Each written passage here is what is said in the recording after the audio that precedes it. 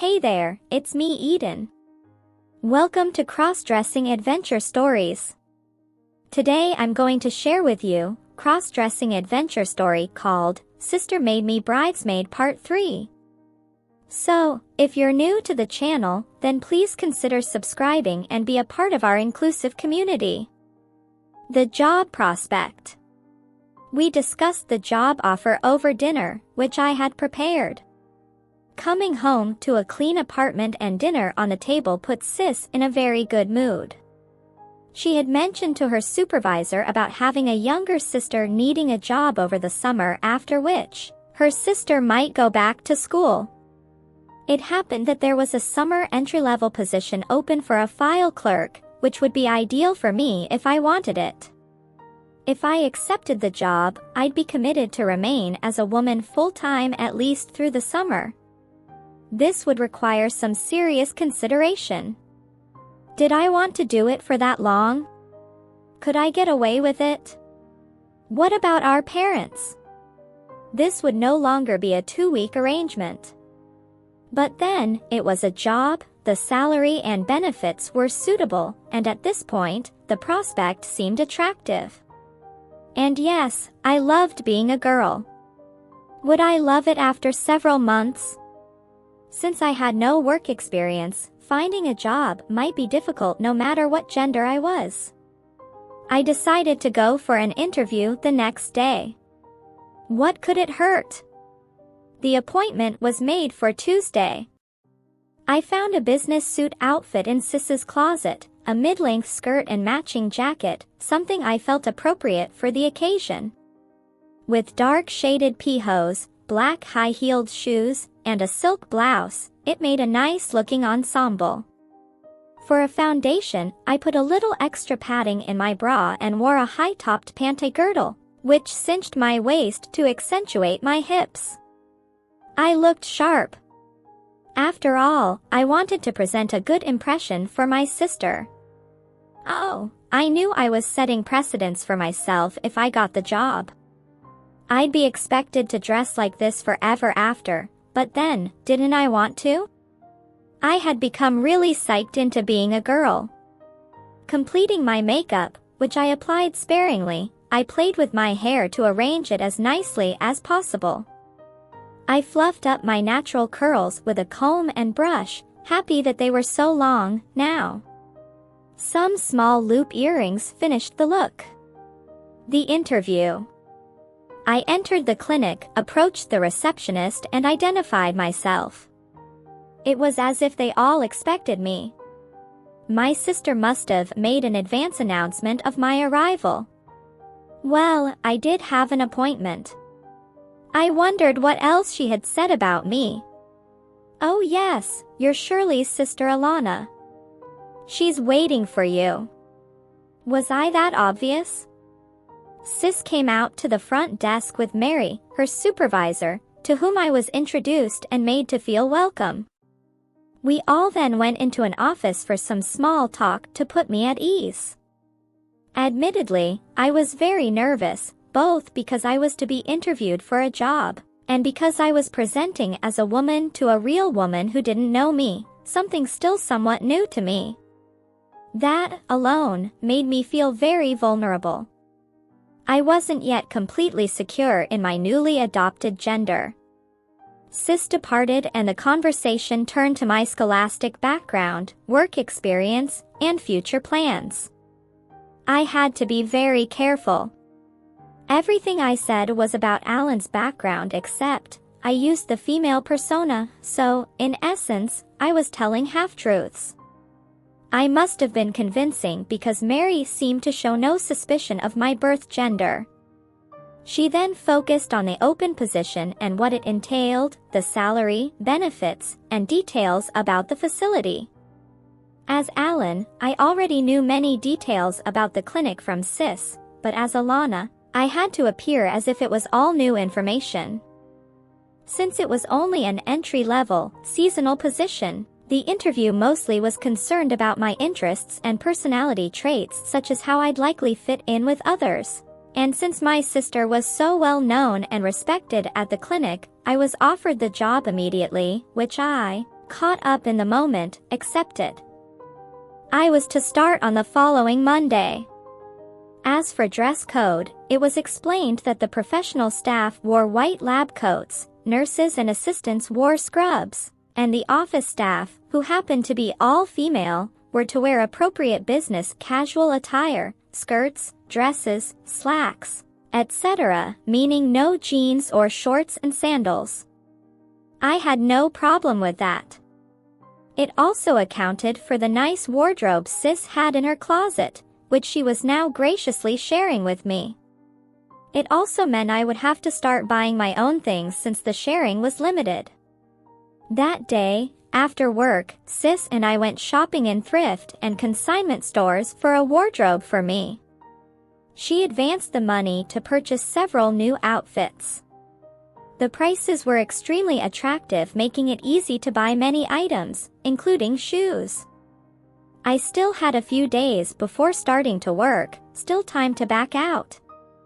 Once I showed up to work, I was committed for the duration. I couldn't jeopardize Sis's position there by hastily quitting. That was my motivation to succeed. Also, I couldn't disclose my true gender at some later date should I want to make it a permanent position. That would be the worst thing for both of us, especially Sis who set this all up. The groom's dinner. Friday night we attended the groom's dinner. This was for the bridal party and all the out-of-town guests to meet and be together one last time before the wedding. It was here that I met the groomsman who was to be my escort walking down the aisle. Sis and I both wore business, casual outfits of skirt, blouse, and jacket, with high-heeled shoes. My confidence level was rapidly growing. I knew I looked good and hence, felt very relaxed. Introductions were made for both Sis and I since we were strangers to most in attendance.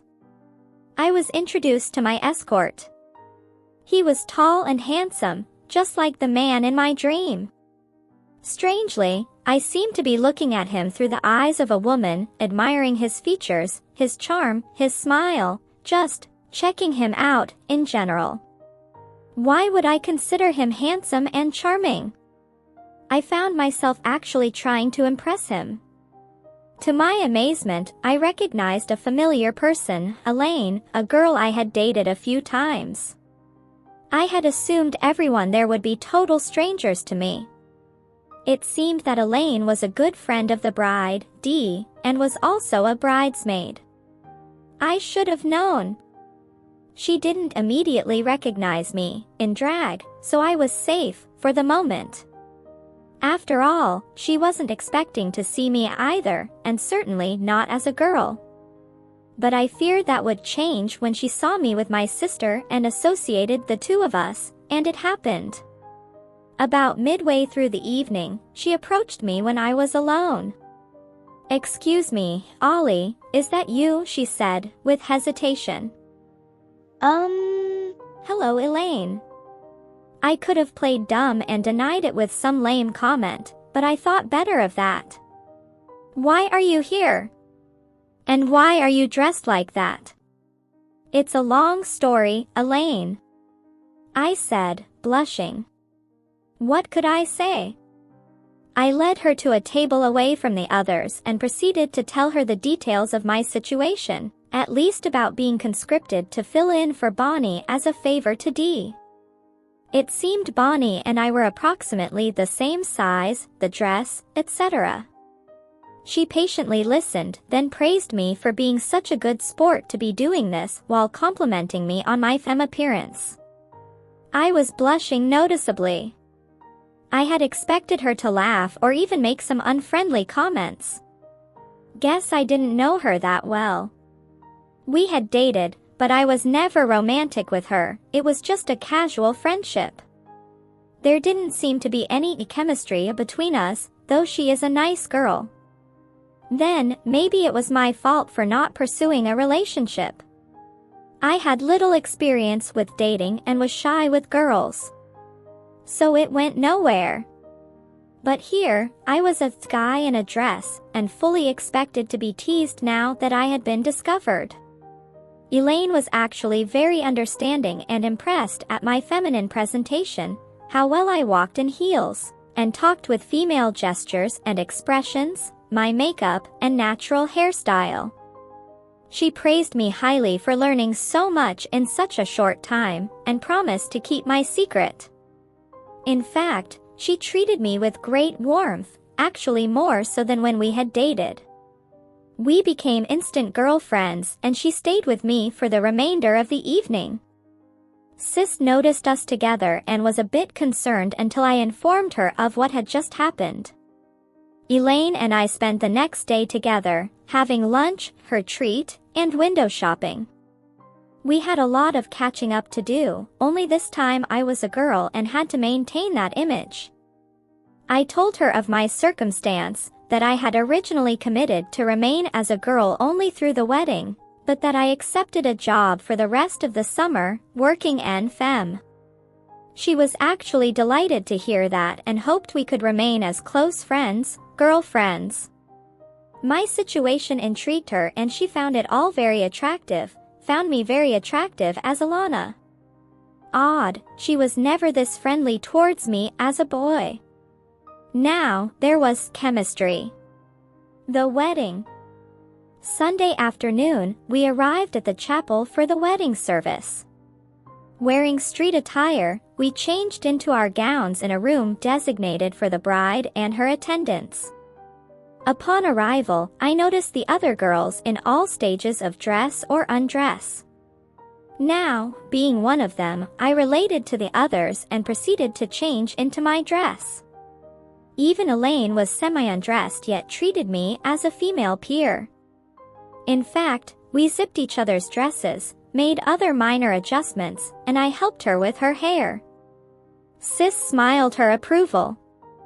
By now, I was very relaxed. We took our respective places ready for the procession. I hadn't attended any rehearsals but felt I would just observe and follow the others. At the proper moment, I took my escort's arm and walked down the aisle to the bride's position with the other girls, eyes straight ahead, stepping with the measured beat of the music. I sensed all eyes upon me as walked carefully with my bouquet in one hand and the other, held by a tall, handsome gentleman. No doubt, we made a nice-looking couple. I'll bet many people wondered who this strange young lady was. I heard not one word of the ceremony. My mind was focused on the thought of what I was doing here, standing in front of a crowd of people fully attired as a woman, suddenly aware of the tactile sensations of this very feminine gown and the delightful caress of my undergarments. The embrace of the bustier, the tug of my hose and attached garters, the lift of my heels. I almost felt as though I was standing here in my underwear like a Maidenform ad. I felt myself begin to blush. What if I was the bride? And then it occurred to me, where will all this lead me? Why did I commit to this? More importantly, why do I enjoy this role so much? What's wrong with me? What will my parents say? What will anyone say? I was jarred back to reality by the sound of breaking glass as the groom stomped the traditional wine glass, ending the ceremony. Customary at a Jewish wedding. The spectators began to cheer and applaud as the newlyweds rapidly departed up the aisle. The service was over. My escort took my hand and we quickly followed the others to join the receiving line in the lobby where we greeted all the guests, remaining until everyone had departed for the reception. Joining my sister and Elaine, we three stopped to freshen ourselves and our makeup to be ready for the next phase. The reception. At the head table, I was seated next to my escort during the reception dinner. I was cordial to him, but not overly friendly, not wishing to send any signals that I couldn't handle later on, yet he was a very nice guy and it was tempting. I think he got the message. I would be lying if I said I didn't have a few carnal thoughts about him. After all, I was in the role of a woman. After the meal, we separated, and I joined Elaine for socializing and dancing. It doesn't seem to bother anyone to see two girls dancing together. We weren't the only ones, and otherwise staying together. Behavior certainly not common among boys. During the few hours of the reception, we got reacquainted and grew closer than we had after several dates as boy/girl. Elaine felt noticeably more relaxed with me as a girl, and I certainly felt more natural as one in her company. I saw Sis with some people, enjoying herself, so I kept my distance. Why complicate matters with introductions? I felt it wise to remain at a distance. Confidence? The workplace. I reported to work on the following Monday, attired appropriately in a skirt, blouse, and hose. I chose low-heeled shoes, not knowing what my duties were to be or how much walking I'd be doing. The long, full skirt was for the same reason. The day went well. Everyone was friendly and made me feel welcome. At no time did I sense any suspicion of my not being female. Perhaps due to my appearance and adopted mannerisms, or to my feeling so naturally feminine. I had really adapted to this new lifestyle. I learned my duties quickly.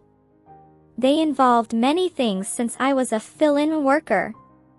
Everything from answering phones to filing, billing, and delivering mail. I enjoyed the variety, and it afforded me the opportunity to meet all the staff. They were very nice to Shirley's little sister. She was obviously well liked. One day, at lunch, Sis and I were chatting about cosmetics and makeup tips. She asked me if I would consider having my facial hair permanently removed. It seemed there were people on staff who perform cosmetic surgery and modifications such as hair removal. It hadn't occurred to me, but seemed like a good idea. Having to daily, sometimes twice daily, shave closely was such a nuisance yet a necessity, so I talked to a specialist who agreed to do it for me at no cost since insurance would cover it. She felt my problem was glandular, not uncommon for some girls, and permanent depilation would be very beneficial to my mental health. She'd submit it to the insurance people. No girl should have to live with facial hair. It's so depressing. I totally agreed, and the treatments began. It was wonderful not to have to shave daily and sometimes twice daily. The smooth skin definitely improved my appearance. Elaine was delighted with this modification. She and my sister were constantly working on me to improve my female appearance. What more could I do? I looked, sounded, acted, and felt like a woman. Well, there was talk of breast implants. I drew the line at that point. I was sure at some time I must revert back to a male existence. Discovery. It had to happen.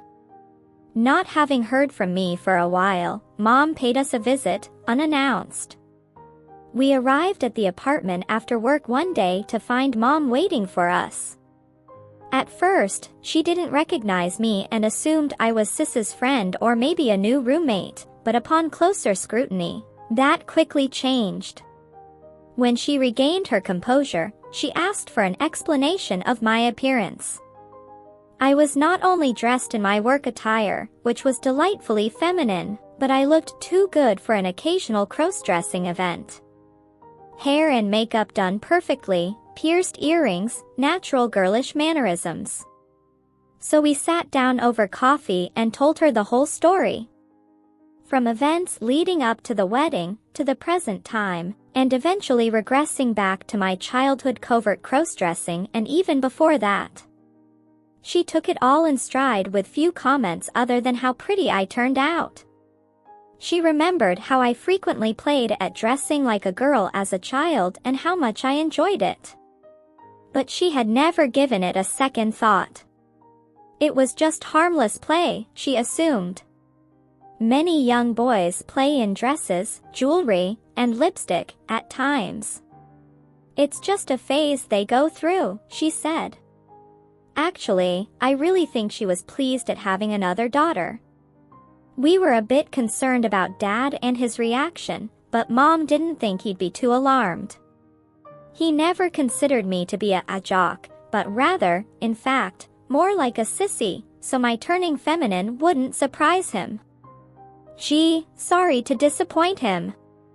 I told Mom about Elaine and how we've established a relationship, albeit girl/girl. Where it will go, we don't know yet. She raised an eyebrow over that bit of news. She knew we had dated and parted company. Now, Elaine liked me as a girl? That got a raised eyebrow from Mom. I won't attempt to interpret that. Where it goes from here, I don't know. I'm very happy now. My life as Alana is good, my job is good. It may become prolonged as I attend business college part-time. I've settled into this lifestyle as a woman and being accepted as one. I've even established new ID, bank account, and driver's license as Alana. Elaine prefers me this way and intends to remain with me. We've talked of living together. We haven't had sex yet, but have had several close encounters. Neither of us are interested in boys, although Sis is, and maybe I'm in the way, living with her. I'm sure I'll have to resume a male existence at some point, though it won't be easy. I've gotten so very feminine. I'd need to relearn how to be a guy. Elaine and I have established a social life with other girls. It would be difficult to give that up and start over as a traditional couple. And if I don't? Epilogue. I did revert back to the male mode eventually when I made a career move. I had hit the glass ceiling as Alana, so, remorsefully, it was time to bring Alan back, not without some difficulty. My appearance had become so feminine, no beard, pierced ears, permanently trimmed eyebrows, as well as established femme mannerisms and speech patterns. It was a major transition to be a man again, and not a happy one. I knew I couldn't maintain this female identity forever, but I do bring Alana out as much as possible, and my wife, Elaine, still prefers her presence. It seems, as I get older, Alana's visits are longer. Even our children enjoy her company. Someday she'll return permanently. That's all for now. See you in the next video. Till then, take care. Oh yes, please like and subscribe to my channel. And also share your feedback, it really means a lot to me.